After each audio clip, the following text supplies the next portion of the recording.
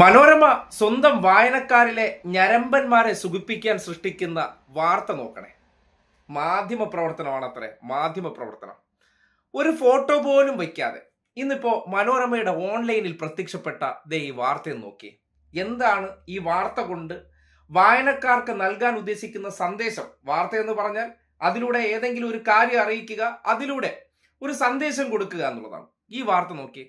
ആൺകുട്ടികളെ ദത്തെടുത്ത് വളർത്തും, 18 ആയാൽ സെക്സ്, ടീച്ചർ അറസ്റ്റിൽ. എവിടെയെന്നോ എന്തെന്നോ ഇല്ല. കാര്യം അങ്ങനെ ഇട്ടാലല്ലേ ആ മസാല മനസ്സുള്ളവർ. കാര്യം മനോരമ വായിച്ച് ഞരമ്പന്മാരായ പലരും ഉണ്ടല്ലോ. നമ്മുടെ പഴയ കാലഘട്ടത്തിൽ പറയും പോലെ മുത്തുച്ചിപ്പിയും ഫയറിലെ മസാല കഥകളെ പോലും വെല്ലുന്ന തരത്തിലാണ് മനോരമയിലെ ആ മഞ്ഞ ലേഖകന്മാർ. ഇപ്പോ മറ്റു പണിയൊന്നും ഇല്ലല്ലോ. രാഷ്ട്രീയ വാർത്തകൾ ഇടത് സർക്കാർ മാറിയത് കൊണ്ട് പ്രേക്ഷകരായിട്ടുള്ള മഞ്ഞകളെ പിടിച്ചു നിർത്തണം. അതിനുവേണ്ടി എഴുതി പിടിപ്പിച്ചിരിക്കുന്ന ഈ നിറമുള്ള കഥ എന്ന് നോക്കിയേ. ഈ വാർത്തയുടെ അകത്തേക്ക് പോകുമ്പോൾ കുഞ്ഞുങ്ങളെ ദത്തെടുക്കുന്നത് മഹത്തായ കാര്യമാണ്.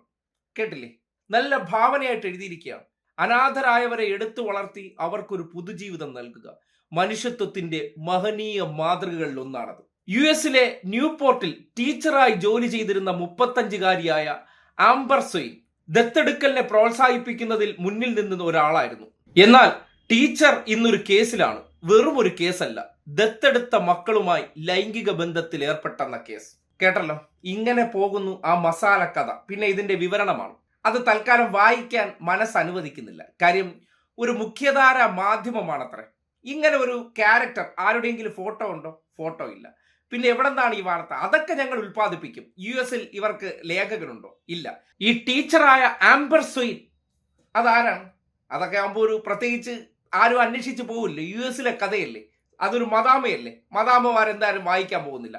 ഇവിടെയുള്ള മഞ്ഞകളെ സംബന്ധിക്കുന്നിടത്തോളം ഈ പറയുന്ന US-ലെ മദാമ്മമാരായിട്ടുള്ളവർ അല്ലെങ്കിൽ അവിടുത്തെ സ്ത്രീകളെല്ലാം ഇങ്ങനെയാണ് എന്നൊരു തോന്നലുണ്ടാക്കാം. അവരെക്കുറിച്ചൊരു തെറ്റിദ്ധാരണ മനസ്സിൽ വളർത്താം.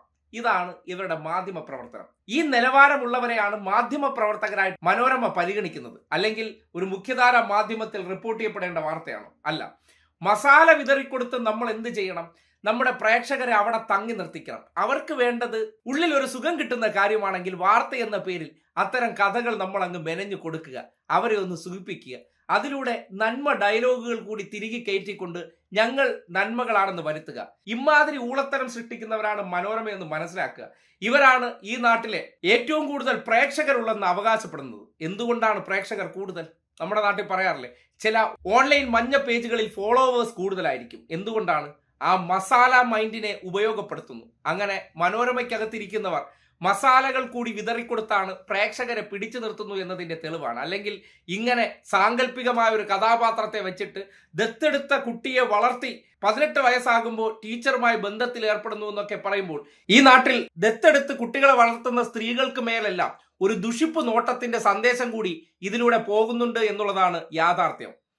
ഇതിന്റെ പേര് മാധ്യമ പ്രവർത്തനം എന്നല്ല, മാമാപ്പണി എന്ന് പറയും. അലവലാതിത്തരം എഴുതി പിടിപ്പിക്കുന്ന മാമാപ്പണി.